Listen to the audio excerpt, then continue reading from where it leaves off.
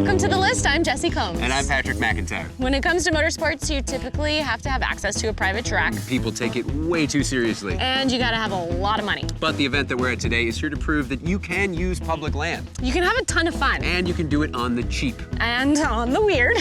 So come along with us as we check the Gambler 500 off our list. I've had a love affair with cars my whole life. I build them in my shop, and I race them both on and off-road. I've spent years on the auto show circuit talking about cars, but now it's time to get behind the wheel and find the next adventure. Together, we're setting out to tackle all things that every car enthusiast should do. This is The List.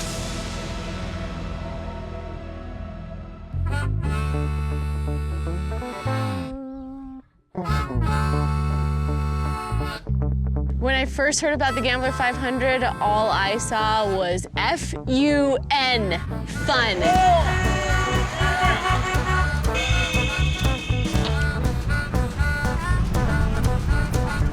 This is a thing that we just started with our buddies. It was a very grassroots event. We decided to go get some dilapidated cars that maybe people didn't want to drive anymore. And we kind of gave new life to them and kind of a fun, legal way to go out and do motorsports and enjoy the outdoors and just kind of challenge ourselves. Oh my God. The last road rally we drove on the list was the Great Race, which was a precisely timed event with a big cash prize, and which featured an impressive array of polished classic cars. The Gambler 500 is exactly the opposite. You'll have a hard time finding a less organized, less polished, and more anarchic driving event anywhere in the world. There is no sanctioning body, no registration, no fees, and practically no rules. The only real prize is bragging rights for bringing the most ridiculous and least capable vehicle. We've literally seen everything from Fieros to fire trucks, no doors, all doors, extra doors. I saw a van that had a wing from a plane on the top of it. You got old crappy cars, tons of miles, all sorts of modifications, backyard builds. This is definitely a recipe for disaster. Now, we didn't have time to prep our own car, so Tate said he would hook us up, and this is what we got. A Mazda Miata on Super Swappers. Boom! Look at these tires! And dude, check out this lift. I mean, even look at the fender flares. Solid. Pretty sure that's gonna keep the dust out of our eyes. Oh yeah, look at this. Take Yes. the top off, don't need it. We got a roll cage inside, guys. Solid. We got some sweet off-road lights just in case we end up driving in the dark, you know? Got a spare tire back here with a strap. Is the strap holding the trunk or is the trunk holding the strap? I don't know. Twice pipes! Real deal, son, real deal. Now, why do you think this car is gonna be advantageous to us in this event? It won't be. At all. This is a terrible car. Because it looks like $1 million. It runs like dirt. It's 222,000 miles. I bought it for just a little under $1,000. When Jessi and I travel for these events, we have to have a crew with us of multiple people, and more often than not, they're in a rental car. And that rental car's got air conditioning, and it's got heated and cooled seats, and it's got lots of space inside of it. Not this trip. Oh, no, no, no. The crew got their own Gambler car for this trip, and I'd say it's almost just as audacious as our car. If one of these two cars breaks down, we are going to pile so much stuff and so many people into one of these cars, and I'm praying that it's not going to be the Miata that takes us all home. And at the start line, participants are given a chart of GPS coordinates which define the course, covering 500 miles of highways, country roads, and backwoods trails. At each stage, teams have 3 route options: the easy way, the Gambler way, and the Devil's Bump. Most of the vehicles in the rally have no business even attempting the Devil's Butthole. But the spirit of the event is to take the gamble. The gamble is, am I taking the right road? Is this road gonna be quicker? Is my car gonna make it? And was inviting 2,000 people to your rally a good idea?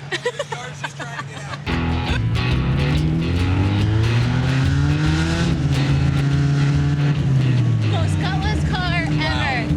It sounds like it's working really hard.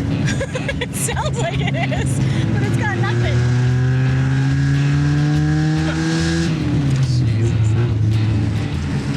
Okay, we're coming up on our first checkpoint. Already? Pretty soon here, yeah. Sweet. We're gonna take a left on 213, that second stoplight up there. Second stoplight, copy? Every checkpoint you go to, it's your job to take pictures at that checkpoint and to clean up. They want you to be aggressively courteous, that's their saying. So each checkpoint, you take a picture of where you're at, possibly take a picture of you collecting some trash, and then you post that to social media using a couple different hashtags. Is there anyone at that checkpoint to make sure you're there? No. Is there anyone at the end who's gonna make sure that you got all the checkpoints? No. What's the point of the checkpoints? To get out there and see something different than you wouldn't normally see. To go down a road that you wouldn't normally go down. Yard sale, yard sale, yard sale, yard sale, yard sale, yard sale.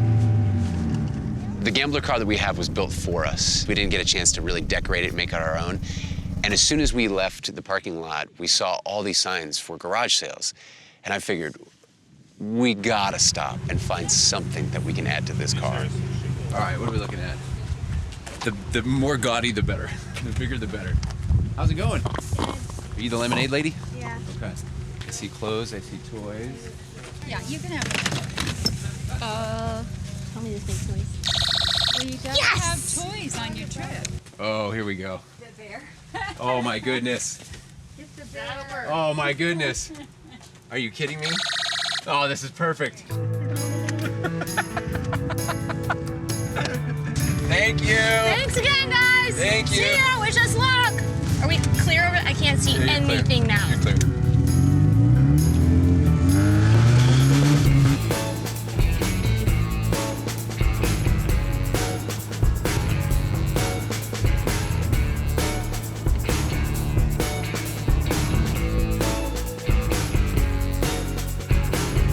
All right, guys, we're gonna be taking a left on Barlow Road in less than 500 feet.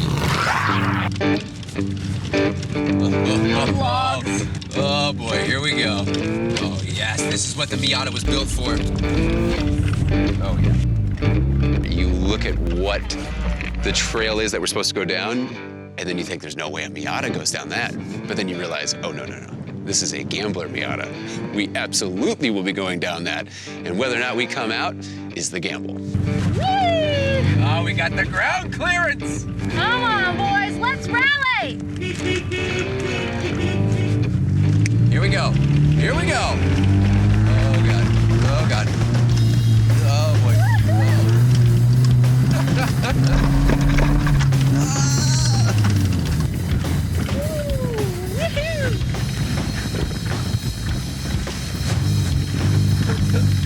I'm slowing down. Slowing down.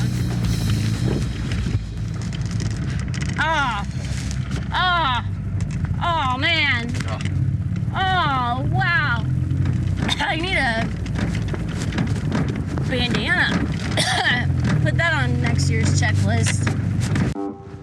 I think this is really great because it does show the capabilities of all sorts of different cars and the places you can go. Like, you don't have to have a super souped up vehicle to go explore backcountry kind of stuff. I always thought that. I always thought, like, I'll never be able to enjoy the things that we do on the show because I don't have an off-road vehicle.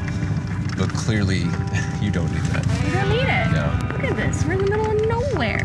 Well, actually, we're at 45 degrees, 1446.4 north, and 121.39, 26.4 west. Okay, you have arrived. Really? Yeah.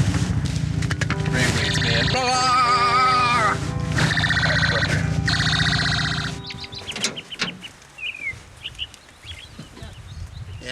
So we're at one of the checkpoints, or the waypoints now, and our crew car, which is coming with us, unfortunately is not starting at all, which is kind of the problem when you use cars that are only $500.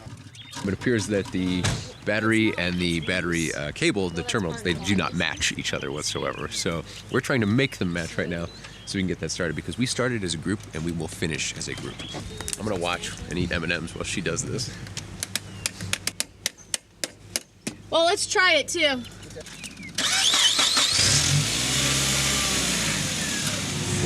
It might happen again, so if it doesn't start up again, it's simple.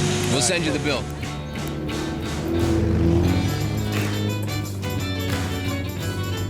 Look at the dust and the, like, yeah, and the way that it's lights hitting it. Oh, It's magical. it is magical. It's f***ing magical here. You guys, it's f***ing magical here right now.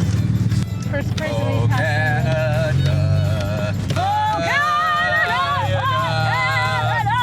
There's definitely a community in all of this. I mean, when you're driving hundreds of miles and you see a car that's obviously not your average everyday car, it's covered in graphics and silly sauce, and it's not meant to even be on the road anymore. You know that it's part of the Gambler 500, and you're just automatically waving and honking your horns, and It's hard to not join in the fun and be a part of this nonsense that goes across this beautiful state of Oregon. All right, we are at the downhill checkpoint. So far, I've only had to fix my exhaust falling off of this car and the battery off of the production car. But other than that, we haven't had any problems. There's a beautiful river right there. This is a gorgeous place. And now we're going to, what's our next stop? I don't know.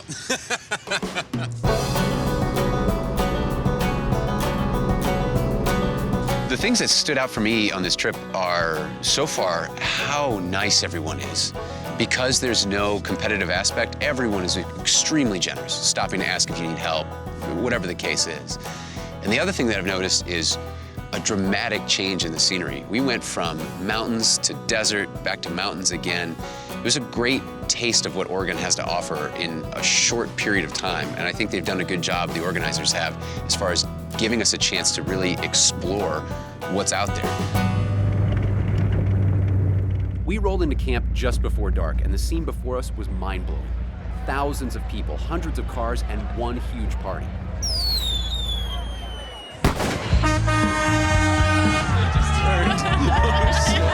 A firework goes off and all of a sudden the party happens. Oh no, man. Oh geez, the lasers are out. Here come the lasers.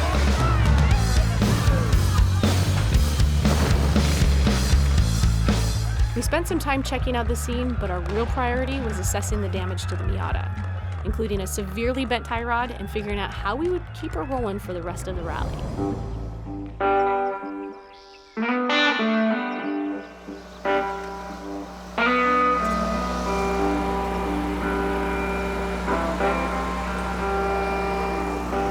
This is one of those events where everybody here is here to help everybody, and that's kind of the name of the game is, you know, go around, have fun, and help people. Pick up trash, clean up everything. It's not necessarily about winning and getting to the finish line first, but everybody's here to help, and it's pretty awesome that this guy just happened to have a welding machine on his truck. Looks good to me.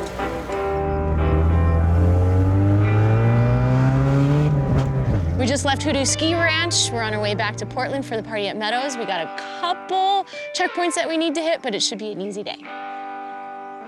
Should be. Yeah. As long as my broken fixes, as long as my fixes, ugh. We're fine. We're fine. Our tire is not gonna fall off. I'm gonna be able to steer the entire way back. On the second day of the rally, we couldn't say no to another trip into the Devil's Butthole. If we thought the first day's off-pavement trek was tough, this route turned out to be a bone-jarring, dust-eating festival of pain.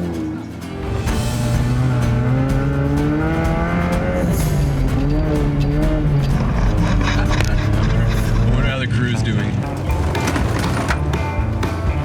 Oh, God! Jesus.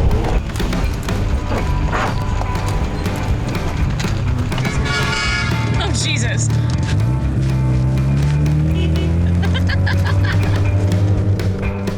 Oh yeah, what do we got here? Roadblock. Oh. Uh-oh. Not good. Patrick, do you want to go clear some roads? Yeah, I think we can probably move them. See if this is even worth it. Yeah. Oh, we might not. Oh, because we're wedged there. There's just a lot more fallen trees. Okay. Yeah, I don't think this path is for us. All right, let's go back. Definitely can't climb over this stuff. These roadblocks are no bueno. There are some limitations to our beautiful little Miata, and that is a bunch of fallen trees.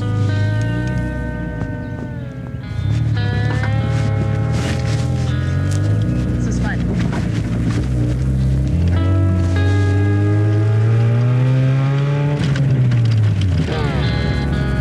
I can't open my mouth without getting dust in it. I feel like every time I bite down, I grin.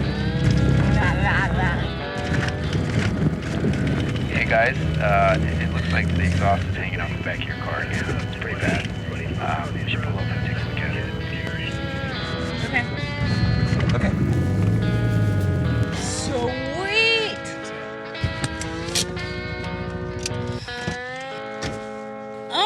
Oh, exhaust. Oh. The exhaust just came off completely. Gaff tape? Well, yesterday our tip mount broke right here, right? So we just hung it up with some zip ties. No big deal. Now it's disconnected here, so when they welded it together, it wasn't a solid weld, so that cracked and broke. Definitely will have one hell of an exhaust leak. And we have an open top, so it's not like exhaust fumes in the car are gonna kill us. Wow, there are a lot more zip ties under here than I expected to find on the bottom of a car. Man, who knew zip ties were going to be so important this trip? Zip ties, baling wire.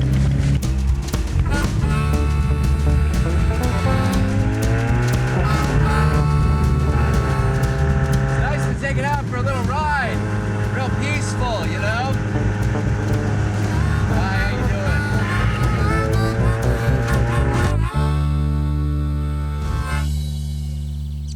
doing? We are so close to being done. We're almost back to Portland, and the crew car just crapped the bed. Yeah, because we were following them, and it started to tick pretty loud on the freeway. And so we got off to check it out and died.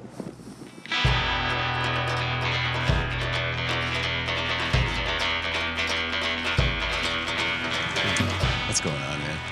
What are we doing? We're using a Miata to tow whatever the hell that is. I have no idea. All right, here we go. Everybody in. I don't even know if this car has enough juice to pull it. Oh, yeah. Oh, yeah. Oh, yeah. Oh, we gotta get Chris in that car. Slow down, slow down. Trying to get time slowing down the top to get Chris in the car, guys. That worked. That just worked. Yeah, it worked. Of course it worked. Of course it worked. Here we go, when you're ready. Mine's too. Whoa! Yeah, everybody's belted in. Except the tape bear. We can get back to Portland like this, right? Yeah, this is starting to get dumb. I love it! Good job. Looking back through the dirt and pain and frustration, it seems we had the ultimate gambler experience after all. We took two unspeakably bizarre vehicles into the Devil's Butthole and survived to tell the tale. We met a bunch of great people, we turned a few heads, and we even sacrificed a Chevy Tracker to the gods of mechanical chaos. And we made it back to Portland Meadows before the sun set on the closing ceremony.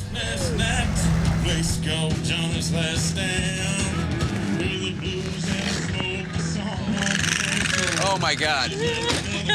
Well, we thought today was going to be the easy day. Yeah, but it turns out when things go downhill, they go downhill quickly. But hey, we made it here. The band's still playing. Even though things went wrong, we got them fixed and everything's handled. So I think that means we can officially check the Gambler 500 off our list. Thanks for watching. We'll see you on the next adventure. Seems like it was just the other day. Guys down in Green Gables, talking and taking, generally blow.